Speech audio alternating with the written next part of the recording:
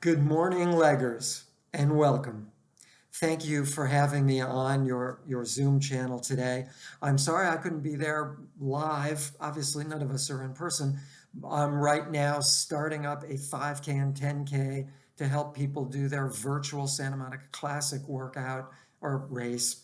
And that's where I am. Hopefully, by the time you finish this, I'll have started the group off at 7 o'clock and I can kind of meet up with you on my cell phone live to answer questions. But until then, here we go.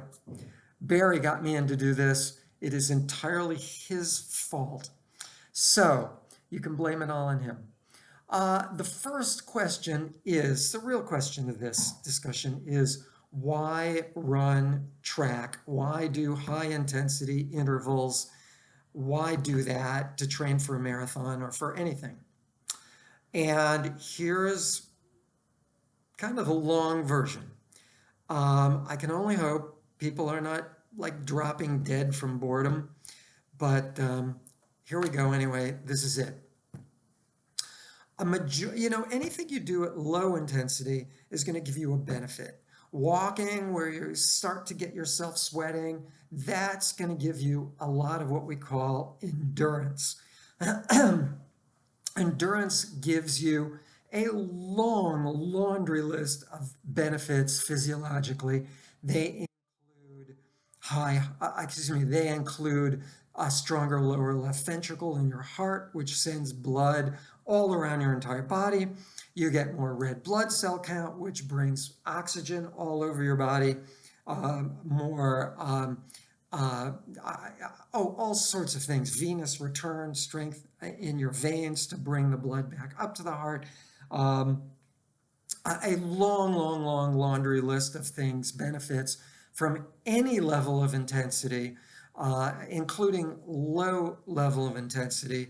But there are three things which I'm not going to really go into that you only get at low intensity, but it doesn't matter whether you're at marathon pace or slower, which is why pro athletes generally tend to go a lot of their training, maybe most of their training, at slower than marathon race pace, because what the heck, if you're getting the same benefits at race pace versus slower, and the pounding of going even a little bit faster adds to a greater risk of injury. Why go race pace and not slower? That's pro athletes. So I don't want to dissuade you from doing most of your work at low intensity.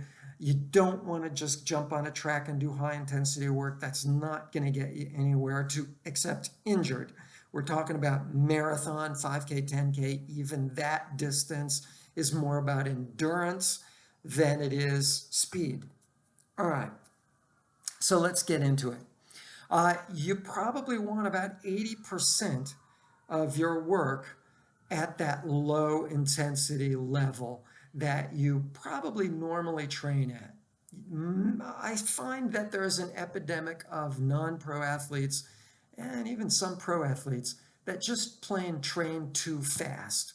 They're not going at a conversational pace where like I'm talking at now, where they can hear each other talking fluidly. They're often going way too fast. All right. I find slower athletes are generally one of two things, weaker or slower. And if you're a slower athlete, my theory is that you need to do less high intensity training because, like I said before, the faster you go, the greater risk of injury. And if you're weaker or tighter, you have greater risk of injury to begin with. And you don't want to maybe do quite as much as other people who are faster already because they may be stronger and less and more flexible. For those people, you may only want to do about less than 80% low intensity, 20% high intensity. You may want to do like 85% low intensity, 15% high intensity, even 90-10, depending on where you're at. I find slower people are not slower because they're less motivated. That has zero to do with it. Not at all. I know some incredibly slower people that just, it has nothing to do with motivation. They'll go out in a sleet storm. Uh, what the heck, they're going to do it. It has nothing to do with motivation. They are tighter, they are weaker. That is the big ticket issue. Like me, they're sitting in a chair most of the day, like I am right now. Um, Although actually pro athletes can do 85-15 because they're doing some cases because they're doing so much more volume. So even they don't want to do too much high intensity intervals. All right. Now, what is it from a scientific perspective that we're actually doing on a track? So I apologize, this does take a few moments of science.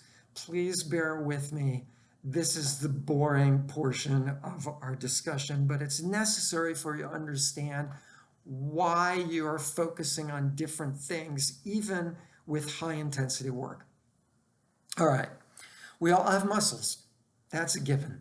Your muscle, the smallest element of your muscle is what we call a sarcomere. If I had 6 fingers, it would pretty much look like a sarcomere. These are submicroscopic filaments. These are strands of protein molecules. That's how small they are, which is why when after we run, we're sore, we've broken millions of these things. These are submicroscopic. You can't even see them in a microscope, or barely can. We've broken so many of these tiny little filaments. We eat protein to rebuild them. That's what eating protein after a run or walk is all about. That's what being sore is all about, when you've broken a lot of these things. After about 2 hours, you've gotten rid of all the waste product gases. So it's no longer acid that's built up in your legs. It's broken filaments. All right. These little filaments come together, called actin filaments, over what we call a myosin filament, a single filament that goes in between these actin filaments. On this myosin filament, there are these little ratchet heads, we call them myosin heads, and they ratchet by connecting onto the individual protein molecules. That's how small all these things are. And they ratchet tighter, tighter, and tighter, and tighter, and then there's an explosion, and boom, they release. Now, what is it that causes these little explosions that get these little heads to ratchet tighter and tighter and tighter and then release? It's called your fuel that your body uses. And in fact, most of the food that you eat eventually goes into this fuel. And it is called adenosine triphosphate.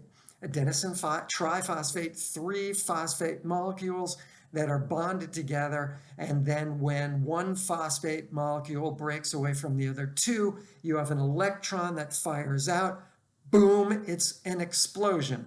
It's an explosion similar to gasoline in a car engine exploding, pushing the piston back. And when you have this in repetitive motion, you generate a cylindrical flow in your engine, therefore forward motion. We generate tightening and tightening and tightening of millions, billions of these little sarcomeres inside the smallest element of your muscle. And when they contract, that contraction on your bicep will cause your arm to go forward. The contraction on your tricep muscle will cause your arm to go out. The same thing with your quads will cause your body to go up. The same thing on your hamstrings will cause your body to go forward. Okay, all about contraction. And then the explosion again releases these billions of little filaments, and they cause your muscle to relax. That's what happens. We're using this ATP fuel. Now, the resources, this is where it becomes important for track. The resources that ATP utilizes to create this fuel are basically 3 things. Creatine phosphate, which we only have 7 seconds of. We're talking sprinters. We're talking the lactic energy. we're talking lactic energy resource. We're talking glycogen. That's, by the way, that's sprinters, 7 seconds only. That's why we don't run as fast as we can. That's why we don't do 100-meter sprints or 50-meter sprints, because it's the lactic system, not a system we would use for endurance sport. So forget sprinting. That's why you don't go as hard as you can. You're not using the right fuel. You're not training the right system. Okay, number 2 is glycogen, or your glycolytic system, or called anaerobic. Glycogen comes from carbohydrate. Carbohydrate becomes blood glucose, blood sugar. Blood glucose, blood sugar becomes glycogen. It resides in the muscle in your body in tiny, tiny little white pockets, kind of honey-like in the muscle. It's disgusting here, but it's the reason that we like meat, because it's got glycogen, it's sweet, it tastes good. It's why we glaze ham with honey, because it's just adding more to the same flavor. All right. The third would be fat.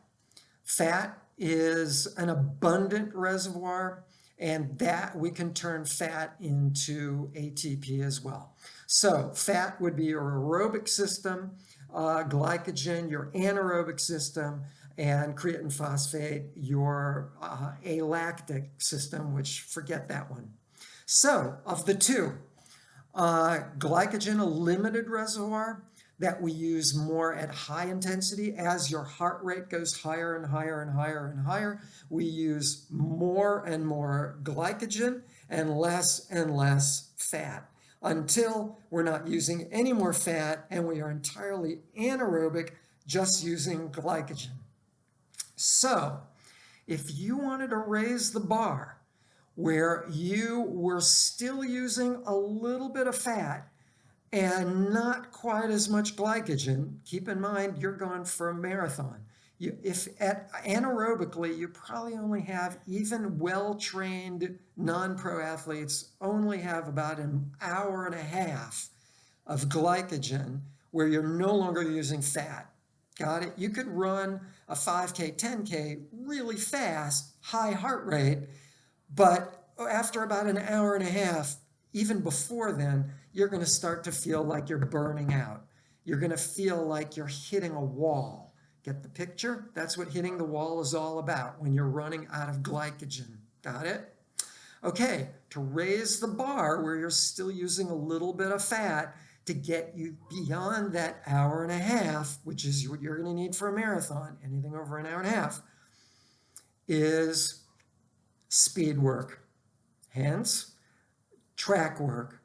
Hence, threshold runs. You could do beyond 5-minute runs at harder breathing levels, maybe a little slower than a 10K pace for ongoing, for 20 minutes. That would be a good threshold tempo run. You could even do that on your own once a week. Track would be shorter, faster. That would also, all these things would again raise the bar. Interval training, repetition training. Usually we use those words for the same thing. On track, we tend to use the term repetition as slightly faster, shorter. 800 meters, or what I'll call a minute and a half, 2 minutes, might be called, or anything shorter or faster might be called repetition by us. Anything from 800 meters or over a minute and a half, 2 minutes, to like a mile, maybe 5 minutes, would be called, I know there's this disparity between 5 minutes and a mile, but somewhere around there would be called interval training. And then beyond that would be high intensity work, would be called threshold work, just some terms the way we use them at track. Although often you can find interval and repetition, those names are synonymous, they mean the same thing. So that's one way to raise the bar on your fuel, so you're still using a little bit of fat at a higher intensity level. You could go faster, or if you go the same pace as you've always been doing, and that new ability level is heightened, then it's going to feel like, even though you're the same pace, you're going easier. So your marathon gets easier if you're going the same pace, but your levels are higher, your thresholds are higher. Got it? Okay. Neurology, track. We use different types of muscle fibers. Generally speaking, you can calculate muscle fibers A to Z, but we're going to divide, most cases, we divide categories of muscle fibers into three different categories. And those are slow twitch muscle fiber at one end of the spectrum, fast twitch muscle fiber at the opposite end of the spectrum. Get it? Slow, fast. Slow twitch gets you to go slower, longer distances. Faster gets you to go faster on shorter distances. They are not, fast twitch muscle fibers are not designed for long distance. Slow twitch are designed for long distance. You can develop slow twitch muscle fibers. You cannot develop fast twitch muscle fibers, but what you can develop is just as good as fast twitch muscle fibers, is somewhere in the middle, what we call fast oxidative glycolytic muscle fibers. Now, fast uses glycogen, slow, more oxygen, but then those fast oxidative glycolytic, the muscles in between, which you can train, use both oxygen and carbohydrate in the form of glycogen, right? By the way, when we say oxygen, you need oxygen to utilize fat. Okay, so the two are synonymous. When we talk about oxygen, when we talk about aerobic, where you're using oxygen, you're also consuming fat. I know in the 80s, if any of you were around in the 80s when we had aerobics classes, remember leg warmers? Aerobics classes, Jane Fonda workouts, they weren't really aerobics classes. They were high intensity, hard breathing. You were using glycogen. You were not using fat. You were using glycogen. They should have been called anaerobic classes, not aerobic classes. Aerobic is more low intensity. High intensity is anaerobic. Just in case you're thinking, aerobic, wait a minute, that was really tough. Those step aerobics, we were breathing really, really hard. No, no, no, no. That's actually the wrong term back then. It's really anaerobic. Oddly enough, I had an aerobic instructor friend of mine ask me, how do you lose weight? I said, slow it all down. He did 3 weeks of really slow, easy aerobics, just slowly stepping up on the step and stepping down and stepping up and stepping down. And suddenly everybody in his class was losing weight and not knowing why. It's because they weren't aerobic, they were anaerobic, they were using more carbohydrate, not fat. All right, just a lesson on 80s. And let's ignore the hairstyles, which I'm almost getting back to because I need a haircut. That said, so we've talked slow twitch, fast twitch. Now, people who have fast twitch muscle fibers are generally, they are defined by thicker legs. You'll note that Kenyan runners have thin legs. They are not sprinters. They do not have abundance of genetically gifted fast twitch muscles. Now, that said, they can do a marathon at sub 5 minute per mile pace. They are very, very fast, but that's because of training. That's because of some track work that gives them the recruitment of those fast oxidative glycolytic muscles, the muscles in between, that enable them to go faster. So thicker muscles, you'll see sprinters, football players generally have thicker legs. Kenyan runners, generally people who do, distance, generally have thinner legs. So take a look at your legs, you'll see where you are genetically. But all people can develop faster muscles. About 45% of all the muscles in us non-pro athletes are dormant. You'll note that as you do faster and slower, you recruit what we call, you engage muscles that were dormant, that were not being utilized at all. And you do this, like I say, by going slower or by going faster. You engage more slow twitch muscles, obviously by going slower, faster oxidative glycolytic muscles by going faster. Just doing training at different paces. So if you're not exactly on your pace in training, I say, good. Screw it up. Go too slow. Go too fast. Good. You'll be recruiting faster and slower muscles. So don't complain to your mentors that they're going too fast or too slow. They're still benefiting you no matter what they're doing. Even when they're screwing it up, they're benefiting you. And I applaud them for screwing it up occasionally. You don't want to do all your pro athletes do not do all their training at the same pace, because then they're just generating the same muscles. They're not engaging faster, training faster muscles or slower muscles. All right. Where was I? You can, by doing speed work, about 45% of your muscles are dormant. Toward the end of your marathon training, you will note, because you have to feed the muscles that you recruit and use, you will note that by the end of your marathon training season, you are hungry all the time because you are recruiting more muscles, and those more muscles are demanding more food because they are engaging and they are generating ATP, meaning they're using fats and carbohydrates for movement. And the more muscles you have to move, the stronger you are, the more power you have, the faster you can go, or the easier you can do it at. This is a reason to train those faster muscles by doing track. That's neurology. That's about it for me. I apologize for this long diatribe of science. I thank those of you who are not on the ground dying of boredom, and I can only hope that that's only a term and not reality in this case.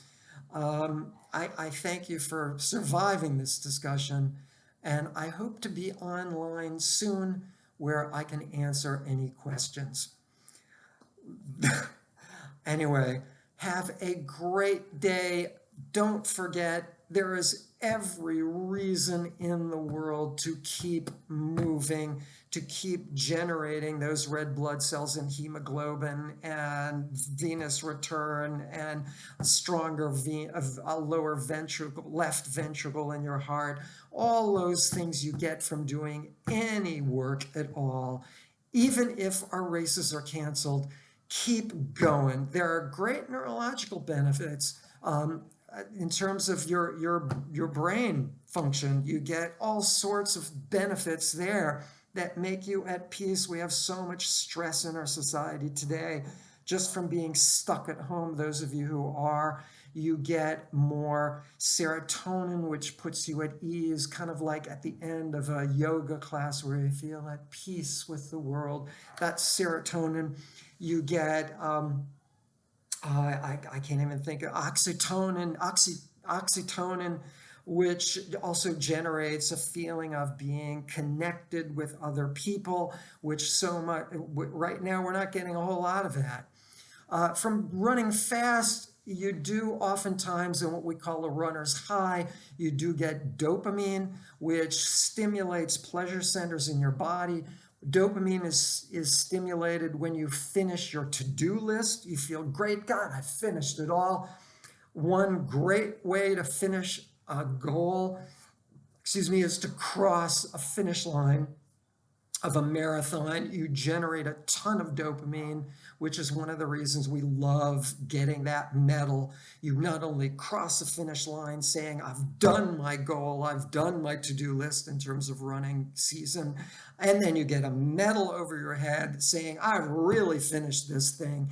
And oftentimes you even get a little diploma in your email or a paper thing mailed to you by the marathon people saying you've really done this, you've finished it, and it's a great feeling. That's dopamine.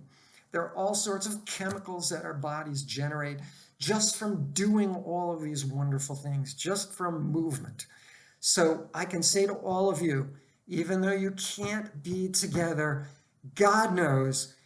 And our races may all be canceled. We don't know what's going to happen with the LA Marathon. We have no idea. As time progresses, it just gets worse and looks like it's getting worse and worse. Even still, the leggers provide a wonderful support system. Stay with it, keep moving, keep walking, keep doing everything that you can to get the heck out of your chair, like I'm going to do right now as soon as I hit this off button. I'm going for a run outside. Thank you again for listening. That's it for me. Take care. Bye.